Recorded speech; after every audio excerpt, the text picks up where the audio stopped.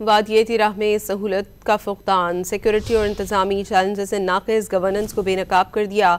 वादिये तिराह में अबतर सूरत हाल खैबर पख्तूनख्वा हुकूमत की नाअहली और बद इंतजामी की बदतरीन मिसाल है।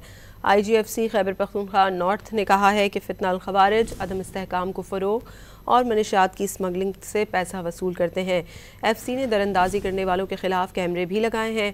सरहद इस वक्त मुकम्मल बंद हो सकती है जब दोनों अतराफ से सरहद का एहतराम किया जाए। पहली बार अफगानिस्तान और पाकिस्तान में बाड़ लगाई गई है, अब इसको बैनुल अक़वामी सरहद कह सकते हैं।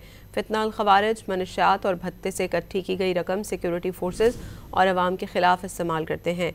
वादिये तिराह में बद इंतज़ामी और मकामी हुकूमत की नाअहली का फ़ायदा शिद्दत पसंद और जराइम पेशा गिरोह उठा रहे हैं। पहली बार अफगानिस्तान और पाकिस्तान में बाड़ लगाई गई है, अब इसको बैनुल अक़वामी सरहद कह सकते हैं। फितना अल खवारिज मनशियात और भत्ते से इकट्ठी की गई रकम सिक्योरिटी फोर्सेस और अवाम के खिलाफ इस्तेमाल करते हैं। वादिये तिराह में बद इंतज़ामी और मकामी हुकूमत की नाअहली का फ़ायदा शिद्दत पसंद और जराइम पेशा गिरोह उठा रहे हैं।